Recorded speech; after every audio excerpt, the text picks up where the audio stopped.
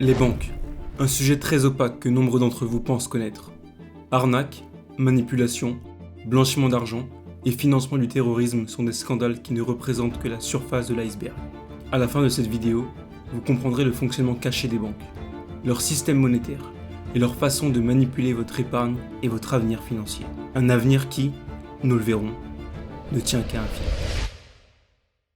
Tous confient leur épargne durement gagnée aux banques, dans l'espoir de la mettre en sécurité. Pour comprendre pourquoi tout cela ne tient qu'à un fil, et pourquoi vous risquez réellement de tout perdre, il faut vous expliquer le fonctionnement réel d'une banque. Non pas en restant superficiel, mais en entrant dans la complexité, en explorant son fonctionnement en dehors des sentiers battus, et en révélant des secrets bien gardés.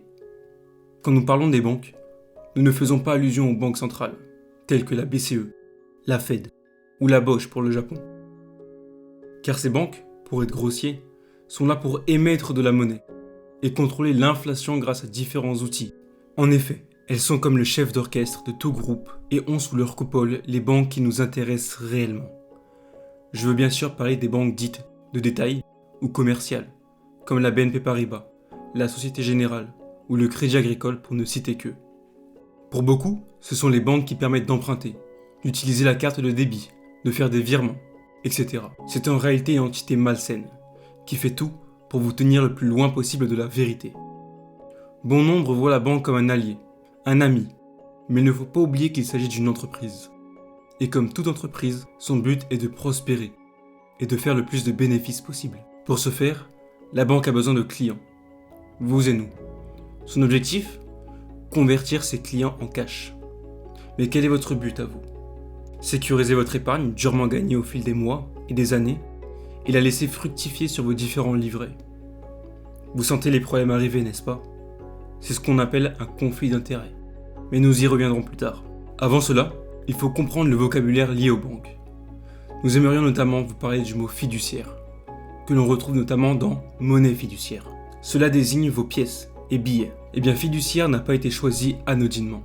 Il vient du latin fiducia, qui signifie confiance. Un mot qui, d'ici quelques minutes, vous fera sourire. La banque parle de confiance, car toute la monnaie que nous utilisons est basée sur cette dernière. Quelle est la valeur d'un billet de 50 €? La réponse est aucune. Ça ne vaut rien. Le pouvoir d'achat, lui, est de 50 €. En réalité, la banque utilise ce billet comme une reconnaissance de dette. C'est-à-dire qu'elle reconnaît en ce billet une valeur et vous permet de l'échanger comme bon vous semble. Mais que se passe-t-il le jour où la banque ne reconnaît plus ce billet, décide qu'il ne vaut plus rien et qu'on ne peut plus l'échanger? Vous voyez ? Tout cela repose uniquement sur la confiance. Ce schéma se répète avec la monnaie scripturale. Vous savez, c'est l'argent électronique, la paie que vous recevez, le virement que vous envoyez, mais aussi et surtout l'argent sur votre compte en banque. En effet, le montant inscrit sur votre compte courant et vos différents livrets ne représente pas votre solde réel, ce que vous avez réellement, mais plutôt le montant que la banque vous doit. Votre argent n'est donc pas en banque. Il navigue, circule, que vous soyez d'accord ou non. C'est la raison pour laquelle votre banquière vous regardera avec de gros yeux avant de poliment vous envoyer balader si vous cherchez à retirer un montant jugé important. Certaines banques, plus malhonnêtes que d'autres, se servent de cet argent pour blanchir l'argent de la drogue, comme HSBC, qui a été condamné à de multiples occasions, mais aussi pour financer des cartels et le terrorisme, tout ça sur le dos des clients. Il existe pour les banques deux façons de faire énormément d'argent, et tout cela, bien évidemment, grâce à votre épargne, à votre argent durement gagné. Mais avant ça, il faut savoir que la banque vous classe, vous trie. En effet, en fonction de la banque, cela peut faire référence à un chiffre, ou bien à une lettre, suivie de la mention plus ou moins. Ce profil repose sur la capacité du client à gérer son argent, à le dépenser avec sérieux, à gagner plus que ce qu'il ne dépense, à épargner, à rembourser ses crédits, etc. Ce système de notation est, comme vous allez le voir, très inégalitaire et discriminatoire. Le client ayant une très bonne notation se verra attribuer des avantages, comme des exemptions de frais, un découvert plus important, mais aussi, lors de prêts, des taux d'intérêt avantageux par rapport aux autres types de clients. Ainsi, le client qui sait gérer son argent, sans nécessairement en gagner beaucoup, aura plus de facilité pour contracter un prêt, avec des taux plus intéressants, que la personne qui est en difficulté financière et qui, elle, se verra attribuer des taux bien plus élevés et rencontrera des difficultés à contracter un prêt, la gardant ainsi prisonnière du système bancaire, avec de grosses difficultés pour aller de l'avant. Comme nous l'avons mentionné, les banques ont principalement deux façons de générer d'importants profits. On parle d'ailleurs de plusieurs milliards d'euros de profits par an. En 2023, c'était près de 28,6 milliards d'euros de bénéfices. Le tout grâce à l'épargne durement gagnée de leurs clients. Une épargne qui, comme vous le verrez, est risquée, est mise en jeu pour leur permettre de faire des bénéfices. Car comme vous l'avez sans doute déjà entendu, les gains sont privatisés et les pertes nationalisées.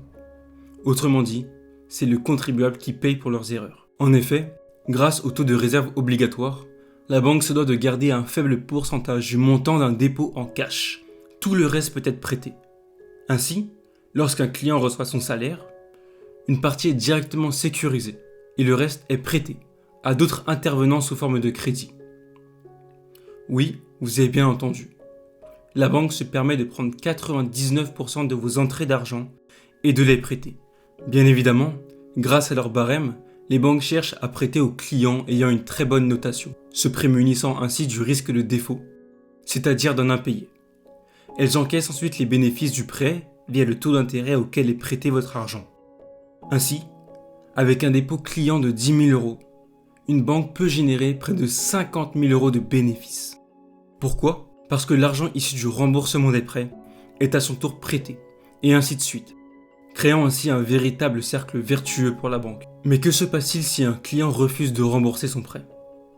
Eh bien cela rajoute de la tension sur la banque, et accroît son incapacité à honorer sa reconnaissance de dette, c'est-à-dire à garantir à ses clients que l'argent disponible sur leur compte l'est réellement.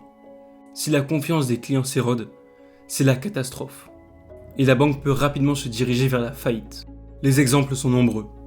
Lehman Brothers, où les clients ont subi des pertes importantes, Washington Mutual, Anglo-Irish Bank, ou encore plus récemment, la Silicon Valley Bank. Il y a aussi bien des banques qui ont évité la faillite de justesse, comme Crédit Suisse. Vous l'avez compris, l'équilibre repose sur la confiance. Les banques jouent, spéculent et se gavent de profits sur votre dos. Tant que les clients ne se doutent de rien et font confiance à leur banque, tout roule. Mais si le doute s'installe, une catastrophe peut vite arriver. L'autre moyen pour la banque de réaliser des profits, c'est via les marchés financiers, plus familièrement appelés la bourse, finançant au passage des business souvent éthiquement discutables. Par exemple Philip Morris, qui produit des cigarettes et autres produits nocifs.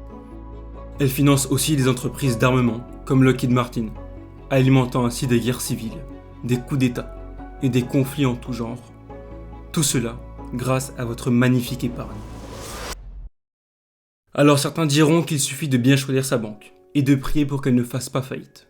Là encore, c'est raté. Toutes les banques sont connectées entre elles. Un problème sur la banque A affecte la banque B, puis la banque C, et ainsi de suite.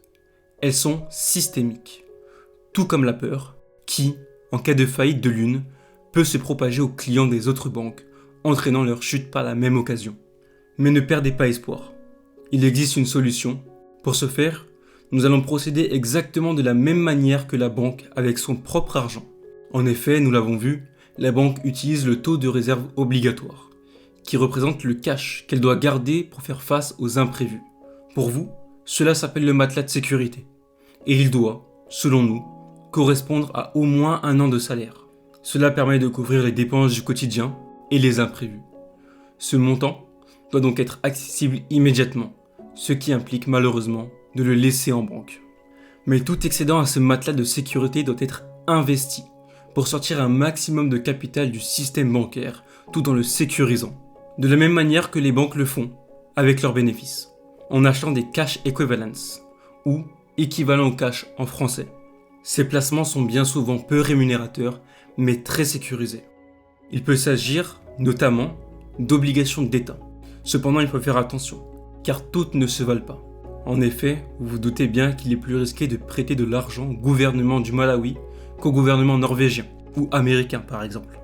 Enfin, il faut prendre une plus petite partie de votre capital pour chercher plus de rendement, par exemple avec des actions. Mais attention, nous vous conseillons vivement de vous informer, de vous former ou de vous rapprocher d'un professionnel de l'investissement avant de vous lancer.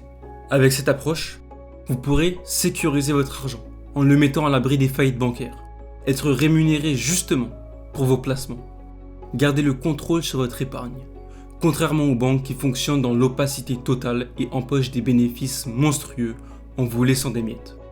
Avec cette répartition de votre capital, vous pourrez réduire votre exposition au risque bancaire tout en vous constituant un patrimoine financier solide grâce à la puissance des intérêts composés sur le long terme. Alors vous avez le choix. Laissez tout votre argent en banque, risquer de tout perdre, financer des causes douteuses et être mal rémunéré, ou bien prendre les devants, sécuriser votre épargne et vous enrichir intelligemment en finançant des projets alignés avec vos valeurs.